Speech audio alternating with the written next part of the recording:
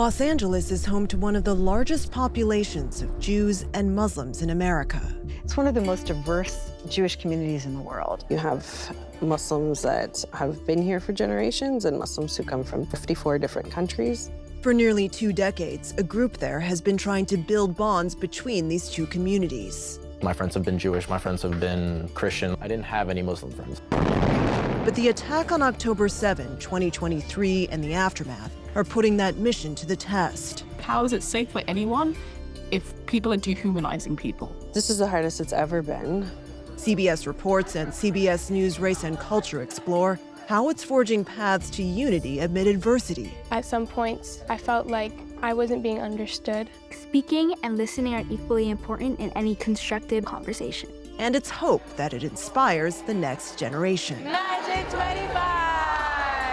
This stuff is hope. Like, this is the work of the future.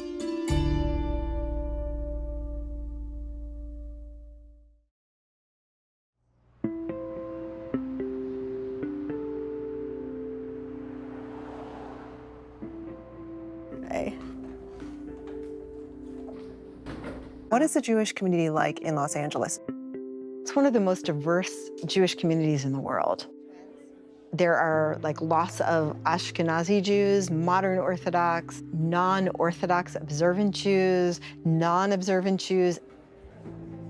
30 years ago, Andrea Hodos moved to Los Angeles, where she serves as a leader in her Jewish community. As a woman, I can lead services and I can read Torah.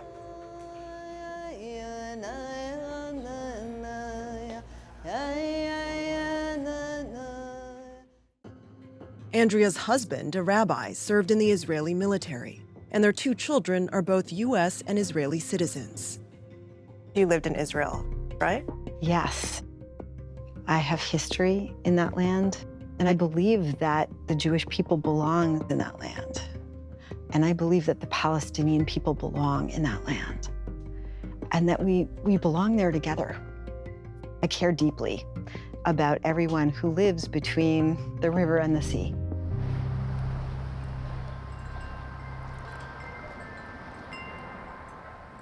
My aunts, when I was little, would put their hands on the trees in their yards and they would just breathe. And I always thought it was kind of a funny and awkward practice. But when we moved into this house, I come to this tree now in the mornings and I just put my hand on the tree just like they did. It reminds me to connect back to my roots. Aziza Hassan was born and raised in Amman, Jordan, to a Palestinian Muslim father and an American Christian mother. Our parents always demonstrated what it meant to just be kind and loving and connected to faith and community. At age 17, Aziza moved to the U.S. She's married with 2 children and is a practicing Muslim. What is the Muslim community like here? You have a mixture of Muslims that have been here for generations. You have Muslims who come from 54 different countries. What about your Palestinian roots? My dad is from this little tiny village called Litbab, which basically means the land of domes, like mini domes. My dad was maybe 4 when they were forced off their land, and they literally fled for their lives. Is it correct to say your father and his family were evicted from their land by Jews at the time? By individuals who held a Zionist ideology, who wanted to create a space of their own. A Muslim with ties to Palestine, a Jew with ties to Israel, It's good to see. who became close friends. I feel like I can say what I need to say to Aziza. Most of the time. Most of the time. How long have you 2 been friends? Oh, I remember the first time we met. You were sort of just back from maternity leave. It feels like Andrea's a sister, so I can't really give you the beginning point. Their sisterhood grew through New Ground, a nonprofit founded in 2006 to address a deepening divide between Jewish and Muslim communities following 9/11 and decades of conflicts in the Middle East. Aziza is the executive director, and Andrea is the associate director. A lot of interfaith spaces really focus on the things we have in common, and we do that too. But it also looks at our differences, conversations about Islamophobia and anti-Semitism, conversations about Israel and Palestine, and what's at stake for us as individuals and what's at stake for our communities. More than 500 LA-based Jews and Muslims have completed Newground's year-long fellowship, connecting through service, joint prayer, and tough conversations. What are these tough conversations about? Like, do you guys talk about the Israeli Defense Forces? Do you talk about, is Hamas a terrorist group, or are they freedom fighters? We have all of those conversations. We don't shy away from any of the questions that come up. And you have to lean in and say the hard thing if you want to be able to stay strong together. That's really the principle of the work. Over a decade ago, they started another fellowship to share that principle with teenagers, a 10-month-long program called Muslims and Jews Inspiring Change, or MAGIC. What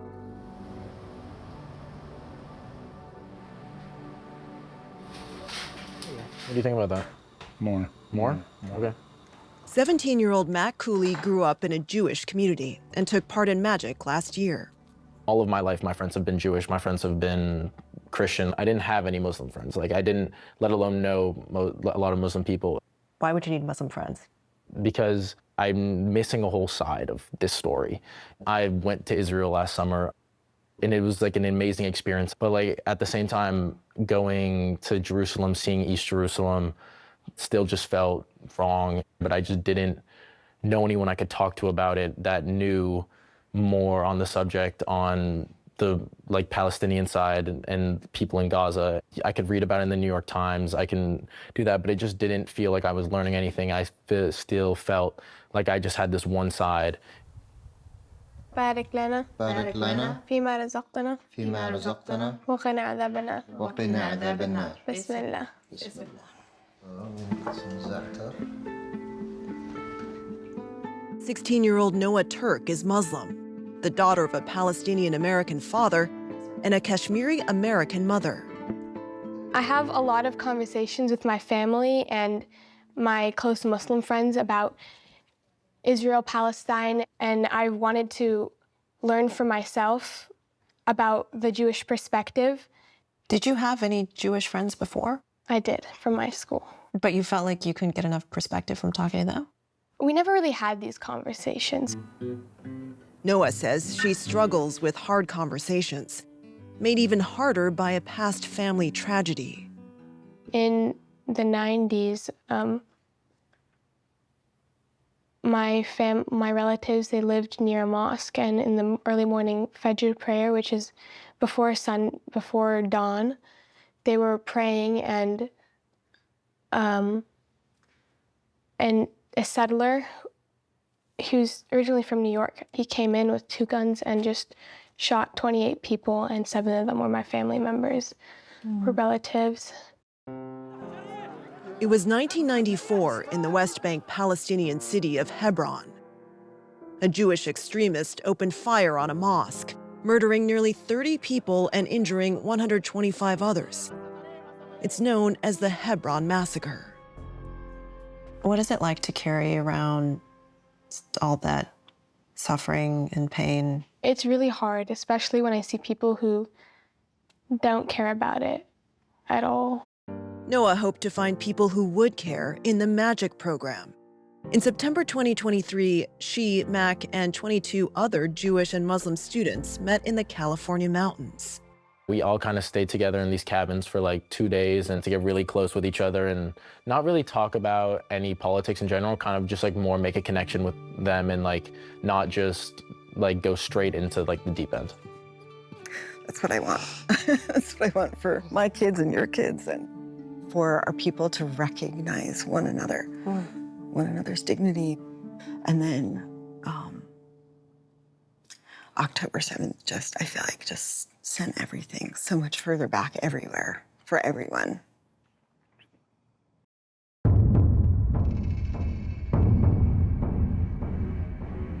Today, Israel battled to repel a surprise invasion of its territory. Gunmen infiltrated several border towns and bases, kidnapping civilians and soldiers. Hamas militants confirmed they fired thousands of rockets from Gaza.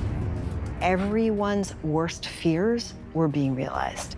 Jews who have a Holocaust background, they're being shaken to their core. People who are living in Gaza know what is going to be raining down on them. There were stories, and there were civilians.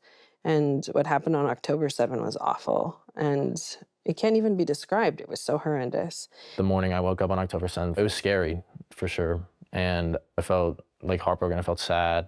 but like mostly scared for like people I knew back in Israel. The deadliest day in Israel's history triggered a punishing response. Gaza's health ministry says Israeli forces have killed tens of thousands of Palestinians. The UN says most are women and children. I have dear, dear friends who have lost so many family members, and seeing them buried in a mass grave, they're hurting so deeply. I think of the 17,000 orphans, Palestinian orphans. What's going to happen to the 17,000 children who have lost their parents? As the war has raged on, reports of anti-Semitism and Islamophobia in the U.S. have risen. One survey found 7 in 10 Muslims and 9 in 10 Jews felt an increase in discrimination since October 7. With both communities on edge, the bonds that have taken years to build at New Ground and Magic are being tested. She is your friend, she is like your sister, and yet she has close ties to Israel. Do you ever feel internally conflicted? You know, I've always struggled with this idea of, have I gone too far? Am I betraying my people? What I come back to is, if somebody's not giving voice to Andrea, to other people who also have deep connections to the region, then do we ever even stand a chance of being able to understand each other? And I can't walk away from that. And I want to say, I understand there's a tremendous amount of trauma in Israel right now for Jews and Israelis who are not all Jews. So do you feel the internal conflict as well? I absolutely feel the internal conflict. For some New Ground alumni, the internal conflict is proving too troubling. Some have turned to activism and political advocacy instead, and some stopped attending events. They want to hear ceasefire now, months ago. They want to hear Hamas are terrorists on October 8th. They want to hear their viewpoint expressed publicly by us. If New Ground makes a public statement, is that going to push people away? Is that the concern? It's going to create the conditions for people to be able to say, I'm not going to be in this space. Has New Ground ever been through something like this before? This is the hardest it's ever been. Grasping at what they've built together, Andrea and Aziza are still holding those safe spaces. If I can invite all of the Muslims to join me at the table and all of our Jewish friends to join me on the outside. At a recent event, they invited Jewish members to listen to Muslim perspectives and then to switch. A listening exercise, they said, exposes members to conversations they might not hear in their own communities. How is it safe for anyone if people are dehumanizing people? Like the dehumanization aspect, is it acceptable to kill 200 Palestinians to get 4 hostages? As a progressive Jew, to say both and, like, what's happening there is not okay. What the IDF or these soldiers are doing is not okay, but yet neither is what Hamas is doing. And both of them are putting their own people in harm's way. Then all the members came back together as a group. Because I don't want to just keep like regurgitating the same thing and feeling my own pain over and over again in the same conversations for the rest of my life. We don't have to always build consensus. No, precisely, right? I mean, that's the idea that we're built on. Mac and Noah say having these conversations with kids in their magic group was sometimes tough. At some point, I felt like I wasn't being understood. Some of the conversations that were being had were, is it really a genocide if they're all terrorists that are being killed? And I had to be the voice saying that Palestinians aren't all terrorists. When it came to talking to the Muslim members of the cohort, I actually developed new ways of thinking, and especially Noah's Palestinian, and there were people there who had family in Palestine. What do you think we can all learn from people like you who have been through magic? You can go into these things with an open mind, and even if it's not changing your mind, it's still so beneficial to hear other stories, other sides. There were students who understood. There were some who still thought that Palestinians were terrorists and that killing them was okay. Were they like that till the end of the program? Yeah. It still made my heart pound to talk about this. Why was your heart pounding? It's hard to talk about stuff where you could possibly disagree. It's a very fine line you have to walk between staying silent and saying, I disagree. You have to build a common ground, new ground in the magic program. It helped us each want to be there, meet each other in the middle ground, the common ground. And love you, dude. After finishing the Magic Fellowship, the two teens went to help the incoming class find that common ground. We're going to the retreat of the next cohort. It's like the first interactions they're having really after orientation. It makes the difficult conversations that you have so much better because you don't feel like you're talking to a complete stranger about things. You're talking to your friends. After October 7th, there were so many applicants that for the first time since the program began, it had a wait list.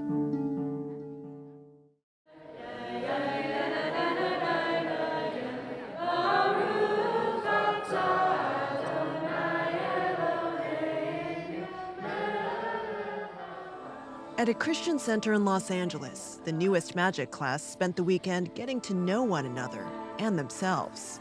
Matt Cooley and Noah Turk did the magic cohort last year, and we just thought it would be cool to bring them into the space and share just a couple of words. The most important thing is to really just be friends with everybody here. It will make all the conversations so much easier, and not just be friends here, but outside of this circle, outside of this community.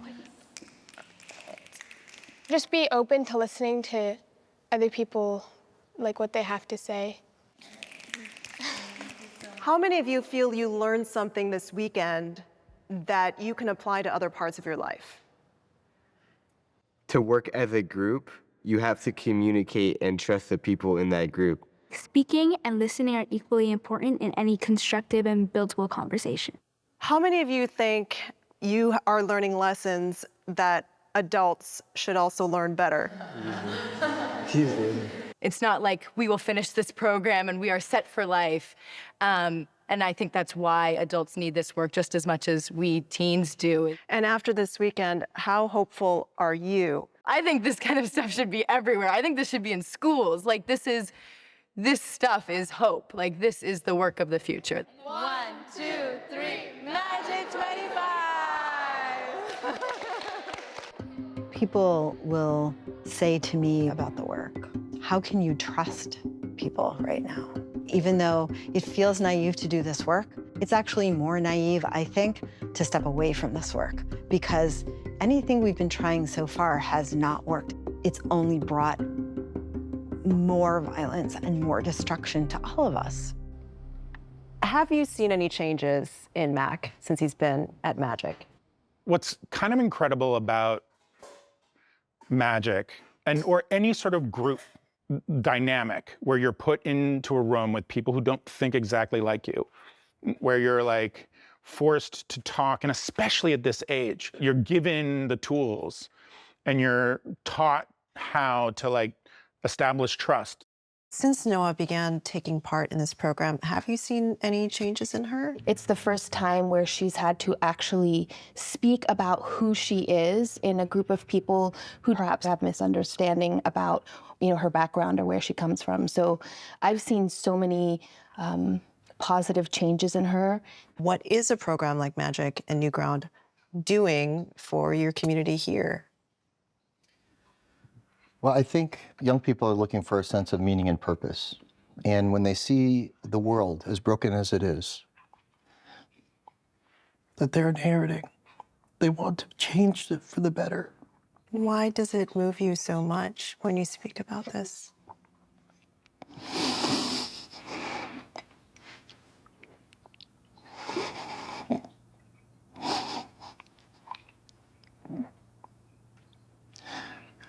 remember as a young boy, the first time I went to Palestine, I was 10 years old. And I saw the brutality of the occupation. And I lost hope. And it was a long journey to bring back that hope. Magic and New Ground provides the next generation hope. Why do we have to care about what's happening on the other side of the world? I mean, the people that choose to care are the people that are going to make the change. I'm hopeful that someday, more people will pick up on the importance of the work that New Ground is doing, especially the youth. I'm hopeful that one day it'll make an impact. Is there a teaching from your tradition that guides you during this time? Yeah. So there's a Hasidic teacher, Rabbi Nachman of Bratslav, who says, there's an idea that everything can turn toward good. If you believe something can be destroyed, believe that it can be fixed. And I'm holding on to that really, really tightly right now. There's a teaching in the Quran that says, even if it's the end of times and if you have a seedling in your hand, you should plant it. Sometimes I'll never know the impact, and I'm okay with that.